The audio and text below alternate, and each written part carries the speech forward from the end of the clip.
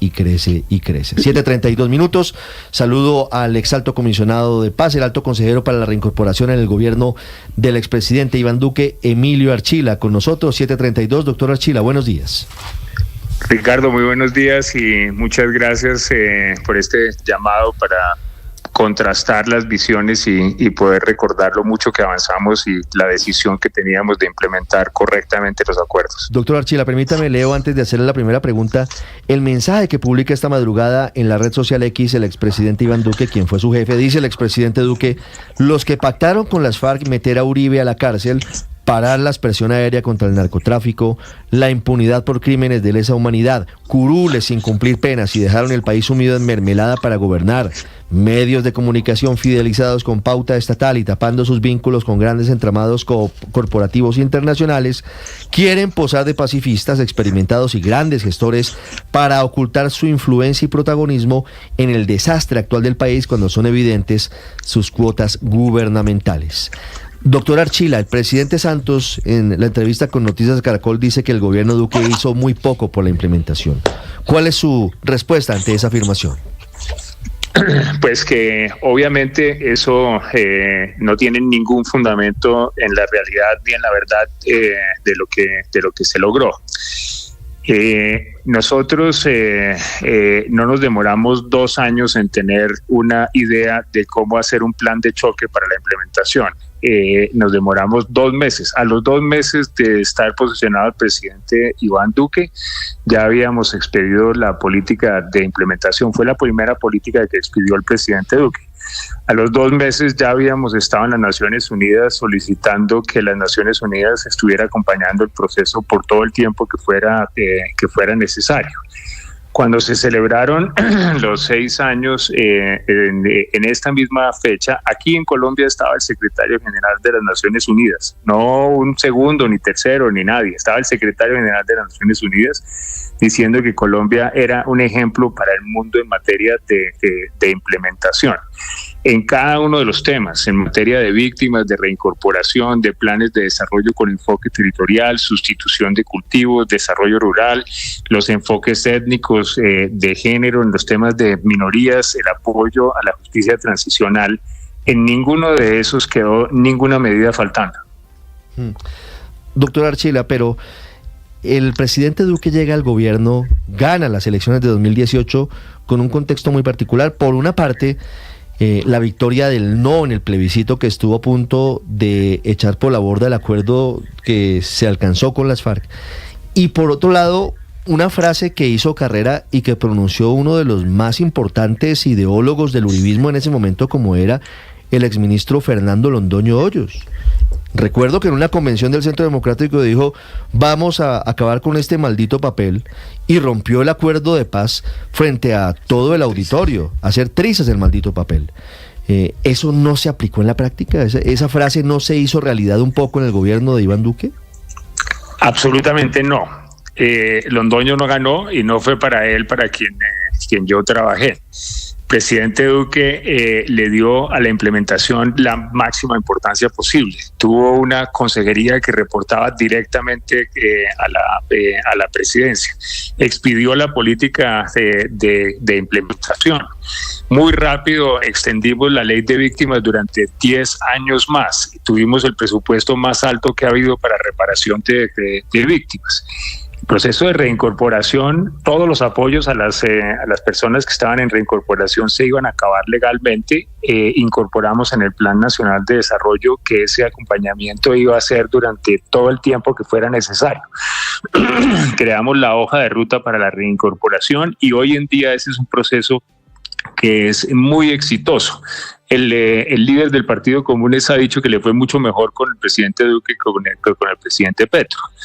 Los planes de desarrollo con enfoque territorial, que son lo que se necesita hacer en los 170 municipios más afectados por la violencia y la pobreza, había 2 planteados. Nosotros planteamos 14 y conseguimos, esto es algo que nunca se ha hecho en políticas públicas en Colombia, empezar de un sueño y dejamos ejecutándose 16 billones de pesos. Eso es casi el presupuesto de la primera línea del metro de Bogotá, para unas zonas que son como la tercera parte del territorio. En materia de sustitución de cultivos, metimos 4 billones de pesos para apoyar a las familias que estaban en proceso de sustitución. Los planes, los programas de desarrollo sectorial son 16. Es lo que hay que hacer en la ruralidad para implementar la reforma rural. Excúsame, 2 segundos. Sí. De esos eran 16 y nosotros hicimos 14 y nosotros sí que le metimos tarrados de plata a eso. Tarrados de plata, eso dice usted, le invirtieron a ese punto de la implementación del acuerdo, doctor Archila, pero no había una decisión política de afectar el acuerdo. Se lo pregunto por un hecho que es inobjetable, perdóneme la redundancia, pero el entonces presidente Iván Duque, y recuerdo muy bien la alocución presidencial en la que lo oficializó ante el país, no objetó el entonces presidente Duque la ley estatutaria de la JEP. ¿El presidente Duque no intentó acabar con la JEP, que es la columna vertebral del acuerdo de paz? Pero claro que no, claro que no.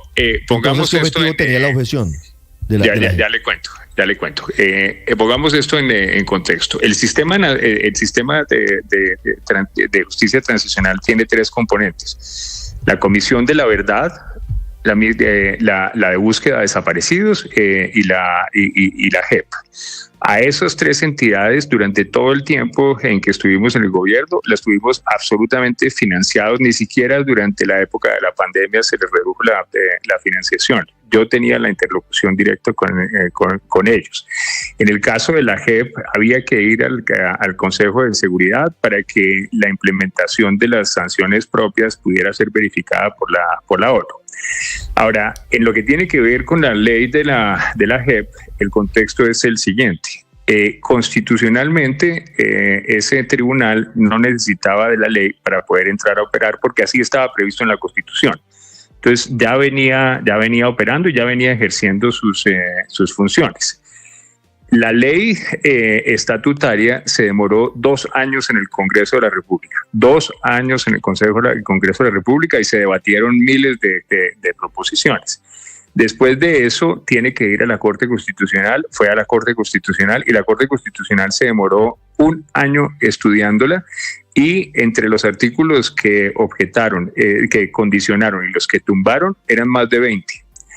Llegó a la presidencia de la República y nosotros nos demoramos 1 semana, y con grandes debates, que usted se podrá imaginar, con grandes debates se objetaron 6 artículos. Y 6 artículos lo que quiere decir es que el presidente dijo que esos o eran ilegales o no eran convenientes. Se mandaron al Congreso, el Congreso dijo no estoy de acuerdo y se los devolvió a la presidencia. Y nos demoramos menos de 24 horas en aprobar la ley estatutaria. Pero el mensaje político, perdóneme, doctor Archila, era evidente. El mensaje político era la expresión del desacuerdo del gobierno que estaba llegando, gobierno Duque, con el acuerdo de paz. Y eso quedó plasmado en esas objeciones, entre otras cosas porque el presidente le dio la solemnidad del caso para mostrarle a los electores del Centro Democrático que él sí había llegado a expresar su desacuerdo con el acuerdo de paz. Cuando uno está digamos, ejerciendo funciones públicas donde pone la plata, pone el corazón.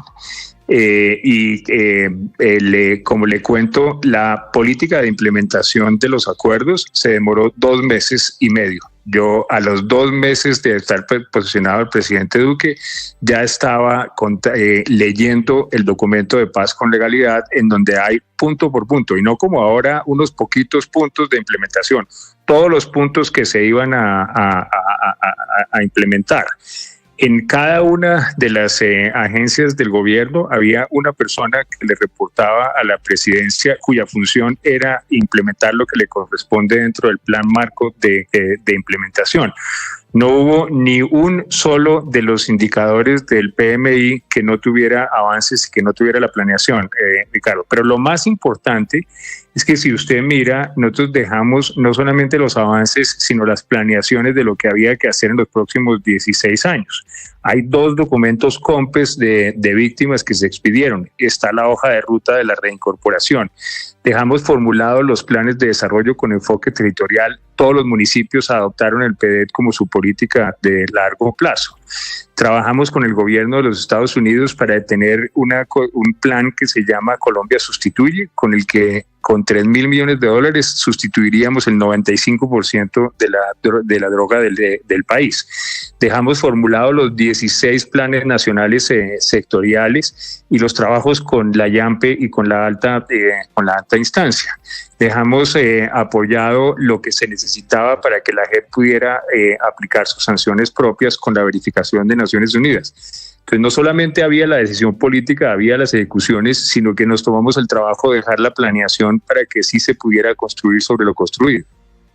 Sí, doctor Archila, pero fíjese que el expresidente Juan Manuel Santos dice que este es el acuerdo más completo, que ha sido de momento el más ambicioso que se ha hecho en el caso de Colombia, y divide el proceso en dos partes. Dice que por un lado es hacer la paz y por otro lado construirla, que en lo que tiene que ver con él y su gobierno se hizo el desarme, la desmovilización y la reintegración, y que para él lo que ha ocurrido es más allá de falta de voluntad política, es la incapacidad de los gobiernos, incluye el de Duque, incluye el del presidente Gustavo Petro, de construir la paz. ¿Usted comparte esa opinión, que más allá de voluntad o falta de voluntad política es un tema de incapacidad de los funcionarios, de los gobiernos?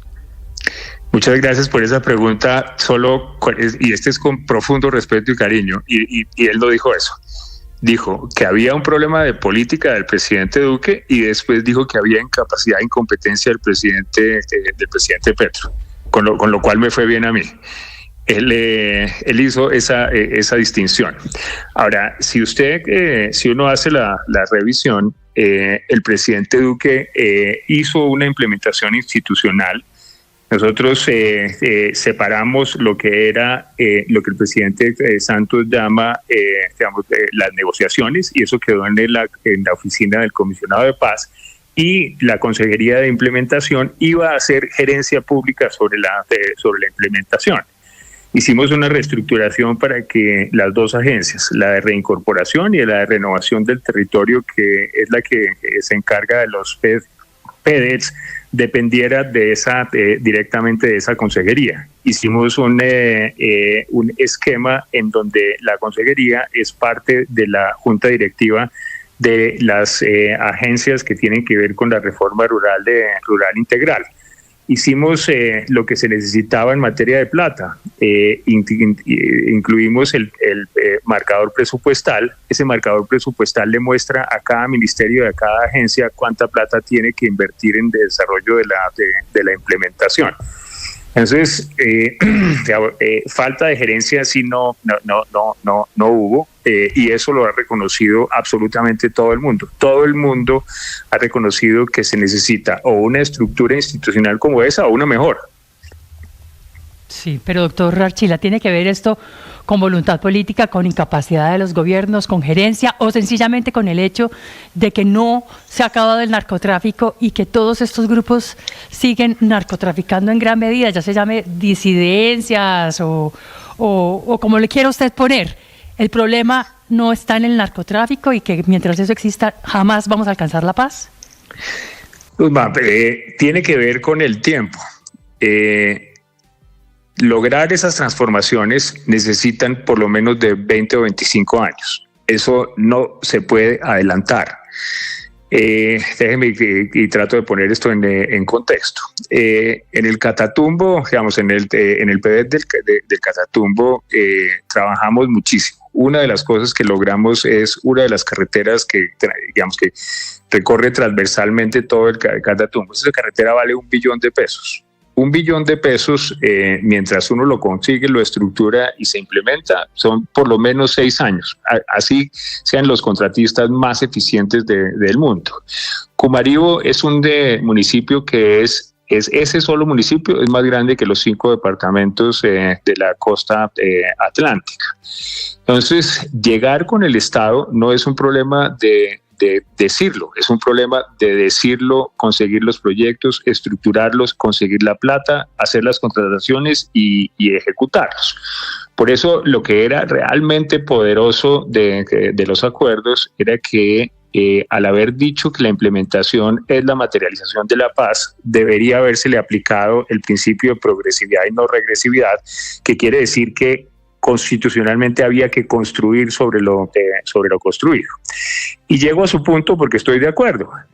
En esas zonas que son no solamente muy abandonadas por décadas o por cientos de años, la otra característica es que están en una geografía muy complicada y muy dispersos. Entonces, como son muy dispersos, los zampones no solamente delinquen allá, sino que pueden tomar control del territorio. Eso es una cosa que uno en Bogotá no entiende cuando le dicen control del territorio, es que se hacen los dueños de las zonas. Para poder acabar con eso hay que llegar con el Estado, y la llegada del Estado no se puede hacer en periodos de 2 años o 4 años, hay que trabajar continuamente. Esa era lo que era realmente poderoso. Sí. Lo que espanta el narcotráfico son las carreteras. Doctor Archila, quiero hacerle una última pregunta sobre los hechos que usted nos relata, y es, ¿usted me recuerda cuántos billones se invirtieron en la implementación del acuerdo de paz en el gobierno del presidente Duque? Pues, según las cifras digamos, que tiene a la mano. En materia de víctimas tuvimos el presupuesto más alto que ha habido nunca, sí. Eran alrededor de 4.5 billones de pesos. En materia de reincorporación trabajamos y entre lo que nos dieron los fondos, lo que era del presupuesto, deben ser alrededor de otros 2 billones de pesos. En los PEDET fueron 16 billones de pesos. Para sustitución de cultivos conseguimos 4 billones de pesos y obviamente en la reforma rural integral eso superaba esa cifra con creces. Pues 7:49 minutos. ¿Y se le hizo seguimiento a ese dinero, doctor Archila? Cada peso. Existe, y no del tiempo nuestro, sino de antes, un instrumento de implementación que está en el DNP.